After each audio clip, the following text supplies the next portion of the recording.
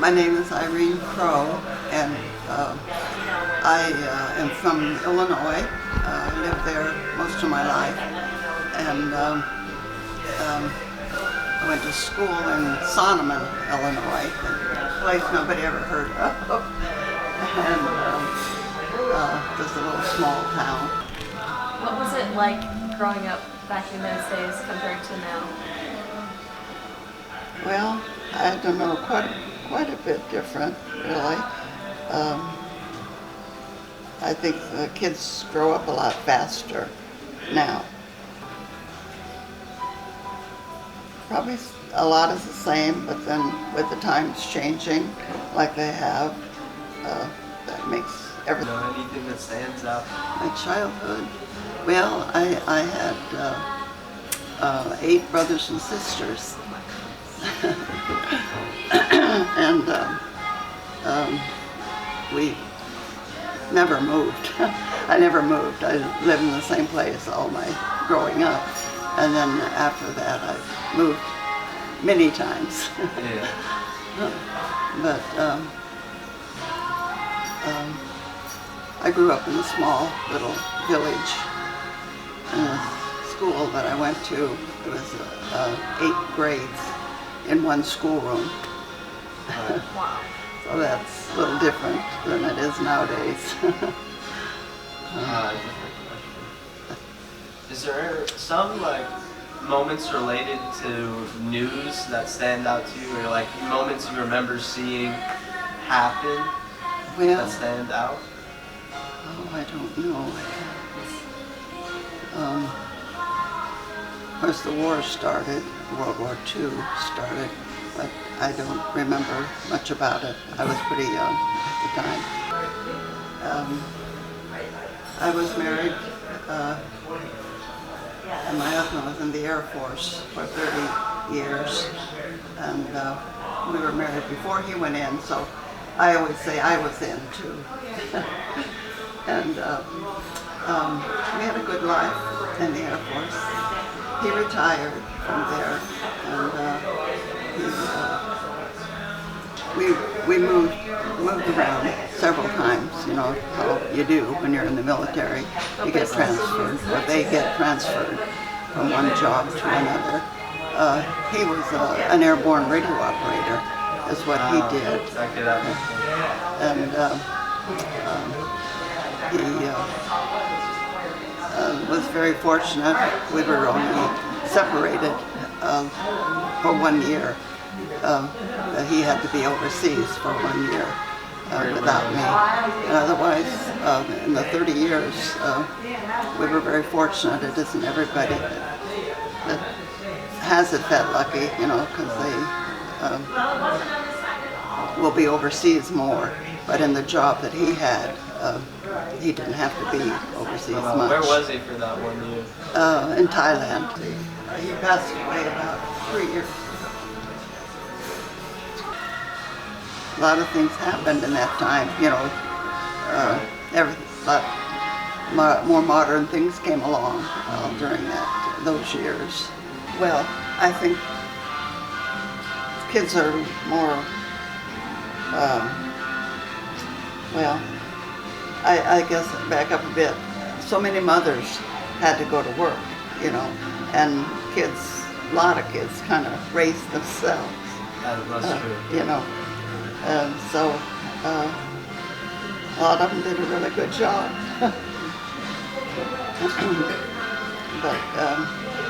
But that's life. You know, nothing stays the same. My name is Alex Taplin. I'm from Weirton, West Virginia. I was born and raised, like I said, in West Virginia. I went to school there, played football in high school. Didn't go to college. I had a chance to go, but I didn't go. I got married instead. I was 20 years old, I got married.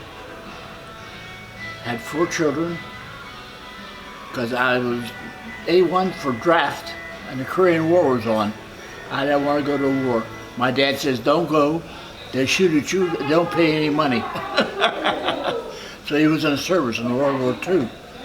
He was on a destroyer, and the aircraft destroyer and the aircraft gun. But anyway, he says, don't go to war. He says, they don't pay enough money to shoot at you. So I didn't go. I went, like I said, I got married when I was 20 years old. Had 4 children. And I've been happy ever since. I can't complain. Had a good life. Had a good job in a mill. I worked continuous to the mill. Made good money. I was on incentive. As long as that mill rolled, I made money. If the mill was down, I didn't make any money. I got paid about $8 or $9 an hour, basic wages at that time. I made about $100 a day in those times. That was good money. At the time. 40 years ago, that was good money. So anyway, I can't complain. I had a good life. Like I say, I had 4 children, 3 girls and a boy. The boy's Alex. There's 5 Alexes now. You call Alex, you know who you're going to get. Anyway, I can't complain. Around when did you retire from the steel industry? I've been retired about 20 years now. I was raised in 1940. I was born 1935. So World War II was going on when I was 6 or 7 years old. My dad went in the service, volunteered, went in the Navy. My mother cussed up and down the day he left because she had to go to work to support us. He only made like $35 or $40 a month in the Navy, and they had 2 sons. Well, she had 2 sons, me and my brother Ronnie, and she couldn't afford to pay for our wages and support, you know. She had to go to work in a mill to support us. My grandmother raised me, and she had garlic around her neck all the time. She wore garlic, and I hate garlic to this day. My grandmother wore garlic. That was a cure for all her sicknesses and illnesses. But my dad went in the service for like 3 years, 42 to 45. And my mother worked in the mill all that time. And my grandmother, like I say, raised me when I was young. Because my dad didn't make any money, and my mother had to go to work. They call them tin floppers. They flopped the tin plate. Didn't get out of high school till I was 19 or maybe 20. I didn't start till I was about 7, because of my birthday. So I got married when I was 20 years old. I was young. My wife passed away about 3 or 4 years ago. So I've been living here now in this place for a while. Hi, my name is Tony Avalon. I lived in Naples, Florida for 20 years. I sang in all the country clubs, restaurants, bars. I moved to other states and sang. And I sound like Frank Sinatra. And I was singing in one night alone in a room with some people. And one of the people there said, "You sound like Sinatra." So I said, "Okay." He says, "You want to sing it?" I said, "Yeah, who are you?" He goes, "I'm a manager at a country club. Would you like to sing in a country club?" I said, "Yeah, sure." I never did this before. So he said to me, "How much do you want? How much do you want for the gig?" I said, "Whatever you pay me." So I never did that before, sing in country clubs. He was the manager of a country club. So I got a band together and I got music together and I started singing in clubs. And it was a simple thing. I just started singing and I realized that I sounded like him. So people hired me. And I sang in many country clubs, and I sang in the stadium in Fort Myers. And I sang in restaurants, and I traveled a little bit. And that was my singing career. And I enjoyed every minute of it. I thank God I sang, it was fun. I got paid well. And that was my story with my singing career. And I'm on right now, I'm on YouTube on the phone. What do you call it, space phone? Smartphone. On the smartphone, I'm on YouTube, and on the name, you check, put out Tony Avalon, Avalon, and you hear me singing. And that's my story. When I sang in country clubs, there were 200-300 people there. gathered around and they're going to start their dinner and everything. And my partner would say, "You want me to introduce you to the people?" I said, "No, I don't think they really care who I am. They're interested in their dinner and their night and dancing." So I started singing, and they were all talking and busy and everything, and they all turned around and they heard Sinatra, so they all shut up and listened, and they all enjoyed it, and that was nice for me because I thought that was nice. And one time when I did a gig in a country club, I went to my favorite restaurant, and the owner of the restaurant said to me, I knew her, the owner. She said, "Your namesake's coming tonight from the Philharmonic," another nightclub, a big nightclub, very prominent. And I said, "I don't know what you mean." She goes, "Your namesake's coming tonight." I said, I don't know what you mean." She goes, "Frankie Avalon's at the gig. He's coming." I said, "I don't know what you mean, but now I know what you mean. Frankie Avalon is at the Philharmonic, and he's a big movie star, and he's a big singer. And he came with his entourage, about 7, 8 people, and we all talked. I talked to him for about 10 minutes. I gave him a CD. We talked about our career in singing. He had the same name I did. His mother and father came from Italy, like mine did, and we just enjoyed each other's company for about 10, 15 minutes. I left him alone because he was having dinner. I wanted to meet with him, and we did. We had a very good time. He was very kind and humble. And that's my story, one of my stories with my entertainment and one night in a country club and meeting Frankie Avalon. And there were other times when I would meet people that I didn't know, but they knew me, and they were taking pictures of me. They put me on YouTube. I just enjoyed singing. I thought it was a wonderful career. I had 20 years of it, and I would have continued, but I got Parkinson's, and that stopped me from doing things. And that's my story.